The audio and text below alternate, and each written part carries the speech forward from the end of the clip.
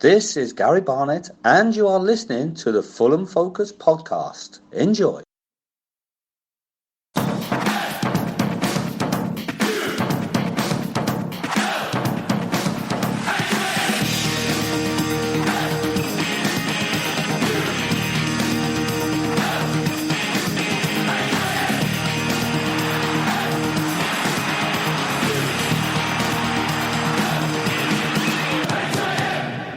Fulham. Hello, welcome to the Fulham Focus podcast. My name's Matt Boisclair. I've warmed up and my nerves have recovered from Saturday after sitting in the cold by the river watching Fulham do their absolute best to chuck away a 3-goal lead at home to Huddersfield. We did collect all 3 points though and remain within touching distance of the top two, and things are beginning to get a bit tasty at the top. I'm going to have a look back at the game with two usual suspects. Firstly, a man who's been off the radar somewhat today after having the world and his wife over to his house last night to watch the Super Bowl. And judging by the state of his fridge pre-match, he's going to have a headache today. It's Don Love. How was it all, mate? It was good. You can keep it down a little bit, though, okay? Are you feeling a bit delicate? Just a little bit. Wow, I'm pleased to hear it. It's not a Hey. party otherwise, is it? But at least I knew what state the winning champions are from. Yeah, what was this? This is Donald Trump getting it wrong again. Go on, quickly talk us through what happened. Okay, you got to understand, I give him a little bit of credit. The city is actually split between two states. A lot of people who do not know their American geography very well, thank you, United States public school systems. You know, he just assumed, Kansas City, Kansas. It's actually Kansas City, Missouri. That's where the actual capital is. So Donald Trump tweeted, didn't he? And got it wrong, basically. He said, I love you, Kansas. And everybody said, well, we love you too, but the Chiefs are in Missouri. Oh, brilliant. Classic stuff.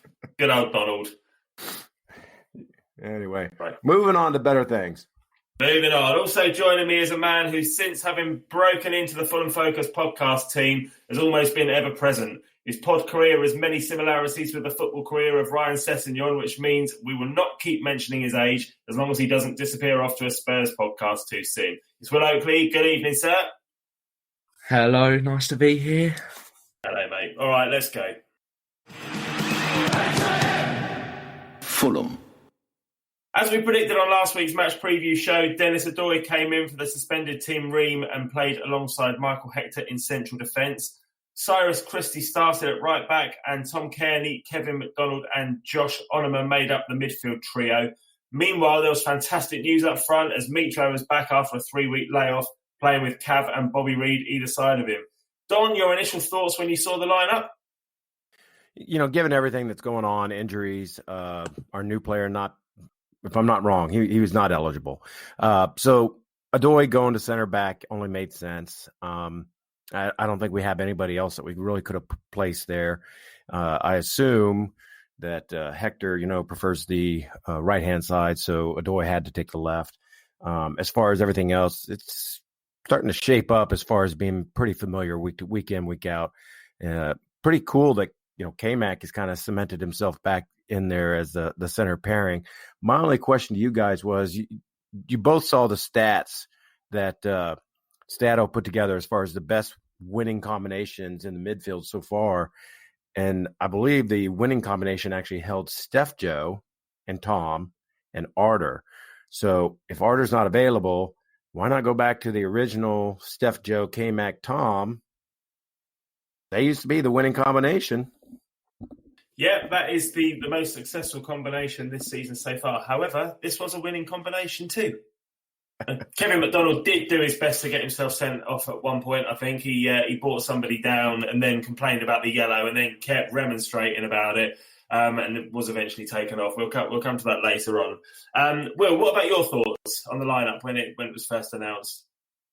Yeah, I mean, of course, I was happy to see Mitrovic back. That's kind of the best thing that could have happened. I think we were all slightly worried about maybe is it back too soon or was he going to get injured again? But it's worth it. I mean, he's such a clinical striker and he's what we needed, really. The defence and the midfield, I think it's the best lineup we probably could have put out without Congolo. I think Mawson's injured is kind of what's floating about, but no one really knows for sure. But yeah, I think does anyone care about him at the moment? Yeah. Well, if anybody cares, I have heard from two different people that they say the exact same thing. He's got a knee injury, really bad again. He needs another operation, and he's pretty much done for the season, maybe even partially into the next season. So we had to bring somebody in, is what I'm hearing. We had no choice. Yeah, I mean, and yeah, I'm not complaining at all. But Adoy wasn't exactly great. But yeah, without Congolo, I think that's probably our strongest starting 11, to be honest. Okay, good stuff. Well, Fulham came flying out the traps for once. We're normally slow starters, but this time we went 1-0 up after 10 minutes. Will talk me through it. Yeah, so it was a great ball, I think, by Hector. Forward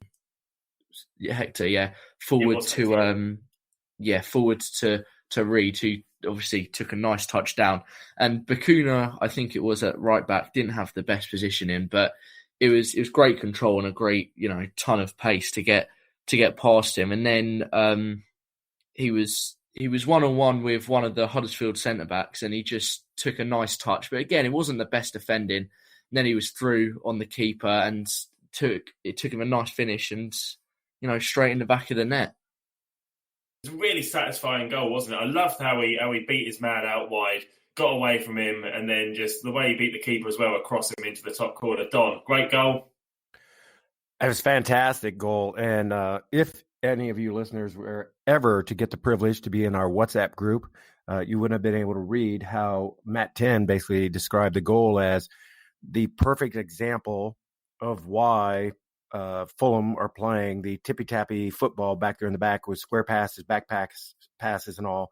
And that was because of the way it opened up the left-hand side, as Will was alluding to, or just talking about. Ball's out on the right-hand side. It's being passed down the line, trying to be worked. Nothing's happening. Hector does an incredible ball floated across, to Bobby. Bobby chested it down and did, that Maradona little play. He just chips it over his defender. And the best part about this whole thing, again, was for once Fulham was firing on all cylinders. I want to talk about this later when we get to a different player here. But it was the runs that was off the ball that also opened everything up and made it perfect for Bobby to just cut through the defense. So don't forget, it wasn't just Bobby there. There were some really great off-the-ball runs by some key players that we can talk about later that made that goal happen. Let's talk about them now. Which players are you talking about? Tom Carney. Tom, come on. Everybody's giving stick to Tom. He's not doing this. He's not doing that. Well, I'll tell you what. There were several times where Tom made these little intricate off-the-ball runs that opened up space. And if you look at Bobby cuts in towards, going towards the 16, Tom cuts across in front, taking his player with him, opening up that whole space that allowed Bobby to do his beautiful dance and magic that got us the goal. So you got to give the players, even though they may not be scoring or look like they're doing anything all the time, a lot of players are actually doing something off the ball, and that's key to what's going on. Well, you mentioned Kearney then, and 5 minutes after the first goal, he's made it 2-0. We were quite critical of his performance, as you just said, Don, after the Charlton game, but this is a lovely finish from our captain, Will. Yeah, I mean, it's again another great touch down, and I think it was Christie with a pretty good ball in. And I think Fulham Twitter made a bit of a joke about this. They said scored with his right foot, and right was in capital letters because it's not very common for Kearney to score with his right foot. But when you're getting in positions like that, you should be able to score with either foot because it's great positioning. It's a hard finish still, but it just shows the team play. And like Don's saying, it's some of the runs off the ball that have kind of attracted the defenders out to give Kearney that space in on goal, and a great finish to put us 2 up.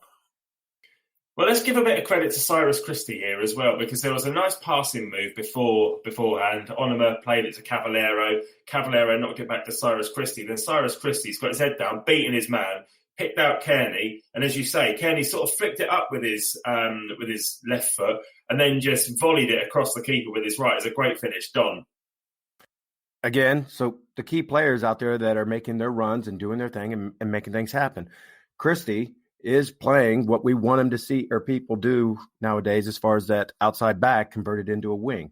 He completely overlaps everything. he gets the ball and he cuts back in. Now, again, I said, I want to start seeing these guys do this more often. Like you said, put your head down, go at the player. Don't just pass the ball back or forward or, trying to do the overlaps. Actually take a player on 1v1. He did it. He beats the guy. He gets a beautiful ball in for Tom. Tom uses the weight of the ball coming at him and the speed of the ball to put it in the air. Very difficult to go cross your body, especially with your not dominant foot. So kudos to him. He finally used his right, and we got a second goal. And then, of course, he was involved in the third goal as well. Our passing had been crisp in the opening half an hour. Our movement had been fluid, and we looked extremely dangerous going forwards. And his ball out wide to Joe Bryan to set up the third goal was sublime, wasn't it, Will? Yeah, again, it's kind of reminded me of the first goal with Hector's long ball. It was Kenny, obviously, this time, but switching the play, Bryan has so much space to run into. And, he's played it across goal. It's still difficult for Mitrovic because he's kind of nearer the front post than he is kind of the middle of the goal. But he just, taps it in, gets a bit more power on it to get it past the keeper. And it was at that point where, we were saying this could be an absolute battering. You're right, and it was a tricky finish as well. To put it high up into the roof of the net with the ball coming across you like that with your right foot as well. It was a cracking finish. It's so good to have him back.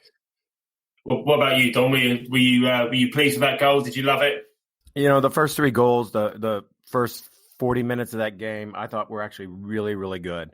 And again, it goes back to what Matt Tim was saying. Huddersfield was really trying to apply the pressure. They've seen, I'm sure, tapes of other games this season where, if you apply instant pressure on Fulham, they kind of fold and you're in. They're not doing so well. Well, they went and put in the instant pressure, and they just kind of would leave that open space to where you get these outside wings, Bryan or Christie get in the space, balls are floated across, balls are put across into that empty space for those guys to run on, and it's becoming golden magic.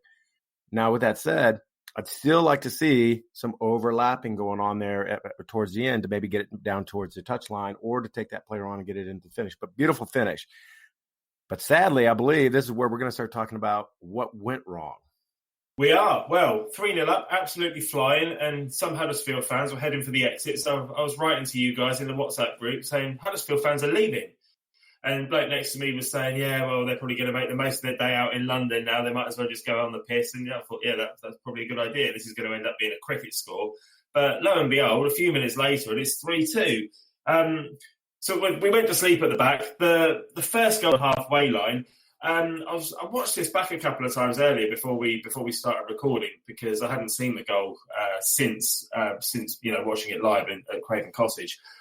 I felt like Mitro was a bit to blame. He kind of just watched his man run and then nodded the ball through. And then Joe Bryan was also to blame because he didn't track his man at all, and they just walked the ball in the net. I was listening to a podcast the other day called At Home with Colin Murray, which is excellent, by the way. I recommend that to anybody. And he had Ian Holloway on. And Ian Holloway said that he's always thought that when a team concedes a goal, there's three mistakes. I spotted two with the naked eye straight away then, Mitro and Joe Bryan. Lads, what did you think? On Huddersfield perspective, it was an okay team goal the way they pushed forward, but from a Fulham perspective, there was too many mistakes. And I've always kind of said Mitrovic, when he doesn't have the ball, does look quite lazy. But then again, he does score all the goals for us, so it's hard to say, you're at fault for that goal when he goes up the other end and is top scorer in the league. But like you say, when he's just walking around the pitch and not helping the team defend, there is a bit of a problem there. And like you say, the defence was just all over the place. It was a bad goal to concede on our half, and the fact that we conceded another one after just was not good at all. Well, there's another, I don't want to keep plugging other podcasts, but I'm going to, the Peter Crouch podcast. Peter Crouch said the other... That's a good one, though. It is a good one. And Peter Crouch said that in England, whenever there's a corner given, then we go nuts in the stands. We go mad for a corner. But he said, you're better off going nuts when the original attack's happening before the corner actually is given. Because if you can get the crossing first time, then players are going to be out of position. Whereas from a corner, players are all organised. Everybody knows their roles. And that's how I felt, from it was a set piece, wasn't it, that Huddersfield scored their first goal from. Free kick on the halfway line. Everybody should be able to defend that. Everybody's in position, but we just stood there and watched it. Don? So 2 things there. I'll talk about what Peter's talking about real quick. Peter Crouch is basically describing what also kind of alludes back to actually in Holloway, and what he was describing is when people are in motion, things are in motion, and this is what we try and teach the kids, at least here in the States. There's going to be some type of mistakes, but when there's a stoppage, and for whatever reason, people have a chance to stop and collect their minds, they realize, oh shit, we got to defend here. We got to do this, and everything just changes. Now, the same thing though, going back to in Holloway, I would also say when there's a goal scored, more times than not, within usually like 5 minutes, 10 minutes at max, the second goal scored either by the opposing team or the same team. And I don't know why that is. I think for the opposing team, it's because, the guys that just scored, they shut down. They're like, oh, we just scored, we're doing great. And they kind of lose sight or focus real quick, and they let one in. I kind of think that's what happened here with Fulham. We got up 3-0. We just sat back and said, okay, we got this. And we kind of fell asleep. And that's when shit just hit the fan and we fell apart. So this last thing I'll say real quick before I turn it back over to you, Frenchie, is what Will's saying about a striker in the old days used to be extremely true. And we would teach the kids, who defends on the field, and we'd make them all say everyone. Well, in the old days, you get a striker. If he didn't have the ball at his feet, he became a bump on the log. He was useless. They didn't know what to do. I don't have the ball at my feet, so I'm just going to stand here and wait for you to get me the ball again. Well, that's not the case anymore. Nowadays, you've got to have the striker knowing how to defend. And if he can't defend, then breakaways happen, or you're not getting the instant pressure on the ball that allows people to get into the other opposition's half, and start doing things. So you can't have that anymore. You're right. If Mitchell's standing back and not doing anything, then the rest of the team's going to stand back and not do anything. It's kind of lead by example in my mind. So again, everybody's got to defend. Mitrovic normally does. He normally pulls his weight, but this time he just switched off. And Tom Kearney said after the game as well that he thinks we switched off, and we took our foot off the gas, and that's what happened. And before you knew it, a couple of minutes later, it's 3-2. Joe Bryan again for me out of position. Will, what were your thoughts on the Huddersfield second goal? Yeah, I think again it's just the defence was all over the place. Bryan notably, and I thought Doy as well. For both the goals. It's something we've seen again and again with Joe Bryan, and it's been spoken about quite a few times. Very good going forward. So we saw him, play a good ball across to Mitrovic, but then he has to also help defend because he's playing in a defensive position. And as much as it helps the team pushing forward, we need 4 defenders as well as the midfield and the forwards helping. The fact that the forwards aren't always tracking back, at least means our defence needs to be awake. Yeah, good point. Well, we looked nervous after half-time. Huddersfield had their tails up. There were 3 fantastic Rodak saves within minutes of the restart. One from a free kick conceded by Kevin McDonald, the one that I mentioned earlier, for which he got the yellow card. He tipped that one over the bar. That was made all the more tricky by the fact that it got a flick off of Josh Onoma's head in the wall as well. The next one, though, was a superb acrobatic save. There was a cross from the right wing. Dennis Adoy didn't really get rid of it properly, just headed it up in the air, and the Huddersfield player on the end of it volleyed it, and it was flying towards the top corner before Rodak tipped it away. He looked beautiful. Do you think there's a better keeper in the division at the moment? Right now, all players are the same, no matter what position. You start getting on a high. You start getting things are going good, things are going right, and you just start believing in yourself, and your abilities all of a sudden get to be better. You're doing things that you thought you could never do, and I kind of think that's what's happening here to Rodak. He got his chance, he took it. He had a fuck up there in the beginning. We didn't know if he was going to come back. He gets back in. He's been running on high octane the rest of the time, and he's been doing fantastic. The question's going to be, let's say we get automatic promotion, okay, and theoretically, we're going up and he's our keeper. Is he going to remain number 1, or are we going to bring in like a lower level team? I hope he gets the chance. After his performances right now, if he continues the way he's doing, he deserves that chance. Mate, after the shit that got the chance last season, he's definitely going to have the chance if we go up. I just hope so. Rico, Rico in goal for the Premier League. Good grief. Rather have my mum in goal, honestly. Absolute donkey. So definitely Marek Rodo. He's got all the qualities of a top level keeper. He's a shot stopper. He commands his box. I agree. If he people were comparing him to Mark. People were comparing him to Mark Schwarzer. Okay. Yeah. Here's the thing, though. Mark had all kinds of experience. When it came to us, he was in his 30s, I believe. Yeah. Roddick's only 22, something like that, maybe 23. Yeah, He's still young, and he's going to start perfecting it and getting better and better. So I could definitely see him becoming one of your best keepers. Hell, who knows? He could become one of your nation's keepers. And go for the national team. Yeah, he could do, except he's not English. But otherwise, anyway, come on. Where's he from? He's not English. Where's he from? Is he from Slovakia? Hang on, I'm yeah, going to look that up. Is he? Oh, well. Yeah. Let's if you guys hadn't done Brexit, you could have probably still kept him.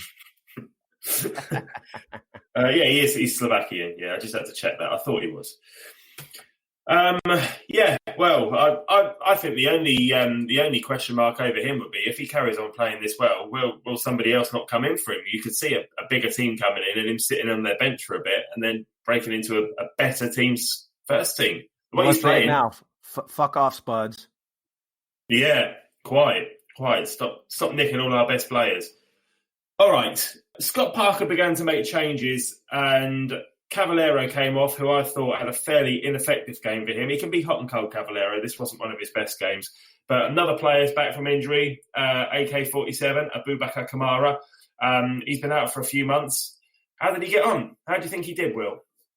I think he didn't have a massive impact. But then again, I think we were trying to defend the lead rather than push for another goal. Because I think if we were pushing for another goal, he would have absolute bombed forward. But I think he did a couple of times, though, didn't he? Yeah, exactly. He definitely brought some really well. Yeah, he definitely brought some more energy onto the pitch, and there was a few times where he was pushed. He was getting in with the defenders, and if the defender had time on the ball, he was running, putting them under pressure, darting from defender to defender, whereas other players might have just walked there, waited for him to clear it. He was on it. He looked like he wants his place back.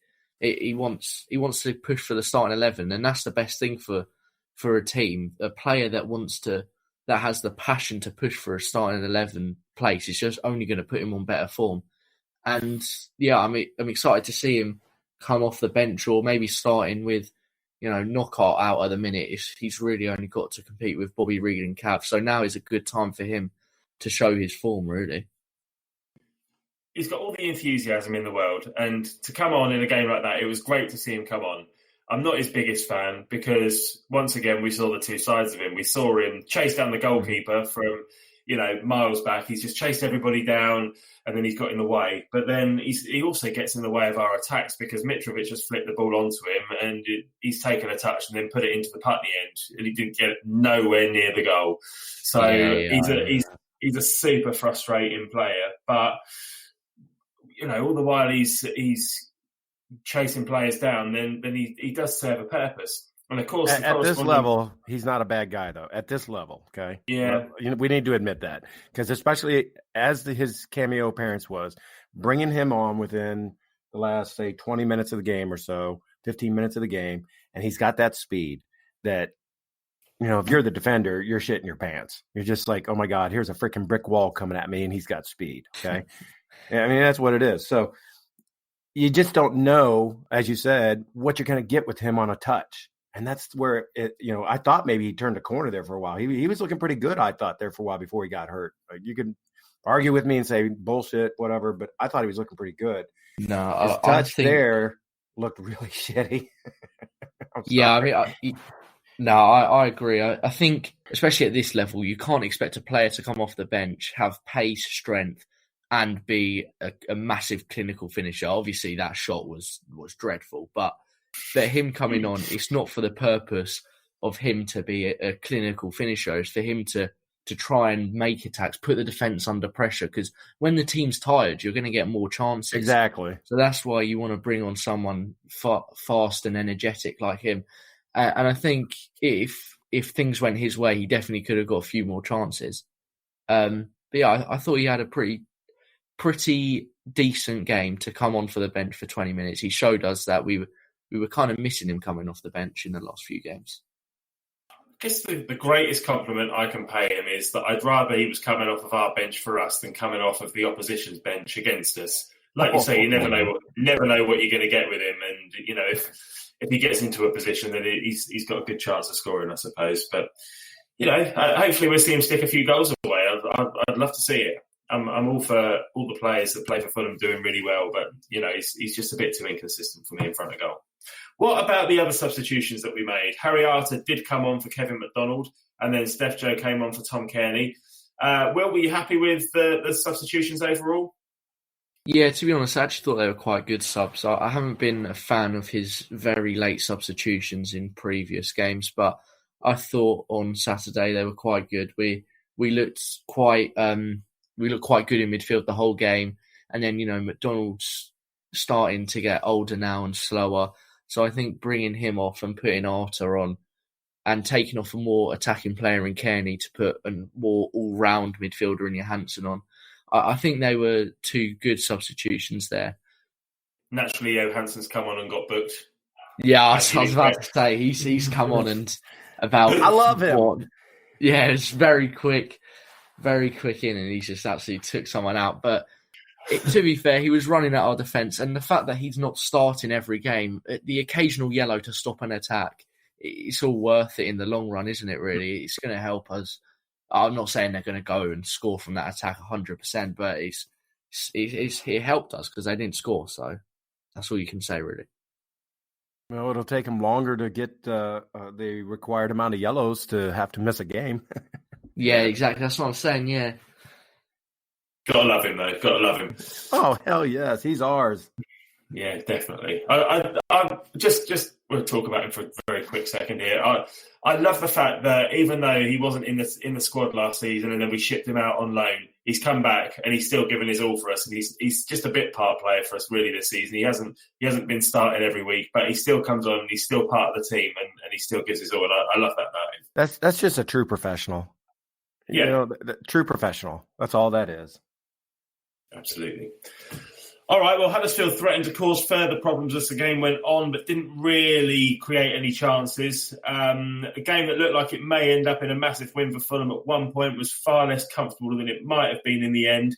That being said, a win's a win, and with Leeds and Nottingham Forest also losing, it was a great weekend for us again, wasn't it? We're getting quite a few of these at the moment. The teams that are above us are slipping up, Don. It's what anybody who follows this league knows happens every year. It just seems to be, usually it's like Derby and Leeds that, somehow they get up there and all of a sudden they slip and fall and somebody else is able to slide into their position. So right now I'm thinking it's more like between us and Brentford, that could be the teams that slide up into those positions. So God bless, them for imploding as is typical for this time of year in this league. So hoorah for us. If it ended up as Brentford Fulham 1-2, I'd be up for that. I think everybody would be more than a final at Wembley between Brentford and Fulham. Nobody wants that. Wouldn't fancy that at all. Looking at all the empty seats in the Brentford end, at least want to sell Wembley out, wouldn't you, for the playoff final? Anyway, right. Let's talk about man of the match then for this Huddersfield game. Will, over to you. Who is your man of the match? For me, it's got to be Rodak. To be fair, there was a point where I was thinking Kearney. I thought he did actually have a really good game, especially after we all slated him after the Charlton match. Then he came back in and put in a great performance against Huddersfield. But Rodak kept us in that game. I think Hector was quite good. He stood out in quite a shaky defence. But yeah, Rodak, I mean, we spoke about him already. The saves he was making were incredible, and how he pulls them off, I don't know. It's crazy, I think, how we've never... I don't obviously know what goes on behind the scenes, but the fact that no one's ever said, before Bettinelli started going on bad form, no one's ever said, give Rodak a chance, give Rodak a chance. It was only when Bettinelli went on bad form and we still had Rodak sitting on the bench, why not give him a go? If anyone knew he was going to end up like this, I think he would have been in the squad from the start, in the starting 11 from the start of the season. But yeah, I don't know how he does it. Great saves, and he won us the match, really. There was an air of nostalgia about Marcus Bettinelli at the start of the season, especially given the way that he was kind of ousted from the team last season. And everyone thought, well, he was all right in the Championship last time. He's going to get his chance again. But sadly, he blew it. Anyway, He blew it. He definitely what about blew you? it. Man of the match for me, it's a typical Fulham match. It's a match of two halves. So I agree with Will. In the first half, I would have thought Tom, again, because he had some beautiful passing, some beautiful off the ball runs, and then his beautiful finish to get the goal. I would have definitely said Tom. But then in typical Fulham fashion, we implode and we have a different half altogether in the second half. So thank God, Rodek actually was consistent from first half to second half, and he pulled off some woolly wonders of goal stopping. So kudos for him. Thank God he's in between our sticks, and I give to him man of the match. Easy. I'd also agree with Rodek. And can you imagine if we were having this conversation half an hour in after Mitrovic has just put us 3-0 up and saying, Matt Rodek's going to be man of the match today? All right. If you want to give the goalkeeper man of the match when we're going to win 7-0, fine. Yeah, exactly. Never would have thought it, but lucky he was in between the sticks. Yeah, definitely. It would have been a different game. All right, let's come on to a Scott Parker rating then. So I'll come to you first, Don. Out of 10 for Scott Parker for this one. What are you giving the man? I give him a solid 7. I'm not going to go any higher because I do feel like one of the things that Scott usually is really good at is his halftime talk. Supposedly, he has done some wonders at halftime to inspire people to really come back and have some exceptional performances. But I felt like we just really not imploded in the second half, but we just weren't there, and it almost shot us in the foot and made us lose the match or tie the match. So I'm glad, and I feel extremely lucky for Fulham, happy for Fulham that they got all 3 points, and it wasn't just like a loss or only come away with 1 point. So because of the second half performance of the players, I know the players don't always, reflect the coach, whatever the manager, but I'm only going a 7. A 7 because he got the win. I'll give him the win, give him the lineup, but I think he could have done better when it came to second half, inspiring the team. All right, mate, that's fair enough. I'm also going to give a 7. And again, I would have thought after that Mitrovic goal at 3-0, I thought he's going on for a 10 here, and this could be one of our performances of the season. But the fact that we took our foot off the gas and we didn't go and absolutely hammer them was just a bit of a anticlimax for me. So 7 out of 10. What about you, Will? I'm actually going to go for one higher, to be honest. I'm going to go for 8 out of 10.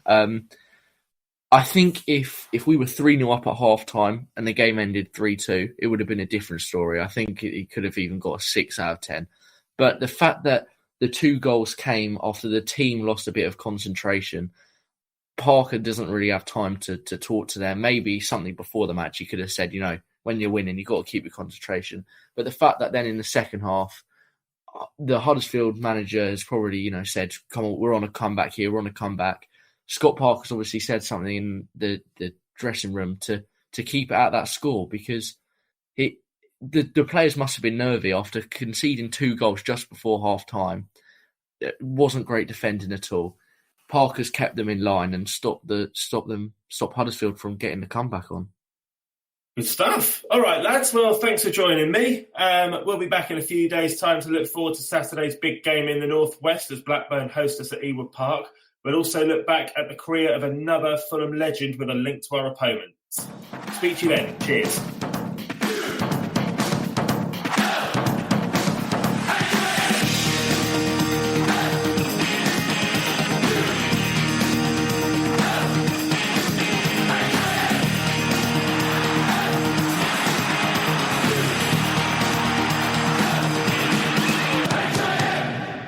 Fulham.